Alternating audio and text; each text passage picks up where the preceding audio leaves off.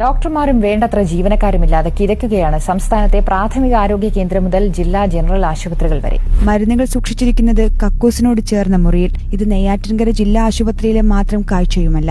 ആരോഗ്യവകുപ്പിന് കീഴിലെ പ്രാഥമികാരോഗ്യ കേന്ദ്രം മുതൽ ജില്ലാ ജനറൽ ആശുപത്രികൾ വരെയുള്ള മിക്ക ആശുപത്രികളിലെയും സ്ഥിതി ഇതാണ്. ആശുപത്രിയിൽ ഗ്രൂപ്പ് മാറി രക്തം നൽകിയതിനെ തുടർന്ന് നില വഷളായ രോഗി മരിച്ചു. ഗുരുതരാവസ്ഥയിലുള്ള ക്യാൻസർ രോഗികളുടെ ചികിത്സ നിഷേധിച്ച് തിരുവനന്തപുരം മെഡിക്കൽ കോളേജ് ആശുപത്രിയിലെ അർബുദ രോഗ ചികിത്സാ വിഭാഗം. ജനറൽ ആശുപത്രിയിലെ മെഡിക്കൽ തീവ്ര പരിചരണ വിഭാഗം എലിയും ചിലന്തിയും പെരുകിയ മുറി. കോളേജ് ആശുപത്രിയിൽ സൗജന്യ സ്കാനിംഗും പരിശോധനകളും നിലയ്ക്കാൻ സാധ്യത. ആശുപത്രി വികസന സൊസൈറ്റിയുടെ ഫണ്ട് വകമാറ്റാനുള്ള സർക്കാർ തീരുമാനത്തോടെയാണ് സൗജന്യം നിലയ്ക്കുന്നത്.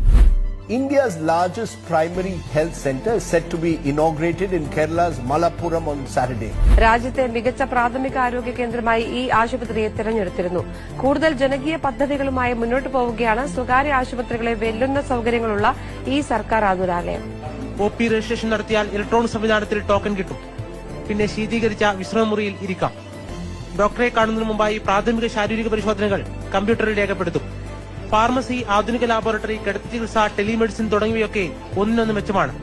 ഷീ ടോയ്ലറ്റ്, ചിൽഡ്രൻസ് പാർക്ക്, പൂന്തോട്ടം, TV തുടങ്ങിയവയെല്ലാം സജ്ജീകരിച്ചിട്ടുണ്ട്. ആരോഗ്യ സംബന്ധമായ എന്താവശ്യത്തിനും ആശ്രയിക്കാവുന്ന തരത്തിൽ സർക്കാർ ആതുരാലയങ്ങൾ മാറുന്നു. പ്രാഥമികാരോഗ്യ കേന്ദ്രം മുതൽ മെഡിക്കൽ കോളേജ് ആശുപത്രികൾ വരെ ഇങ്ങനെ മികവിന്റെ കേന്ദ്രങ്ങളാകുന്നു. സ്വകാര്യ മേഖലയെ വെല്ലുന്ന സൌകര്യങ്ങൾ ഒരുക്കിയാണ് ഓരോ ഘട്ടവും മുന്നോട്ട് കൊണ്ടുപോകുന്നത്. ആശുപത്രി ഇത്രയും വലുതായോ?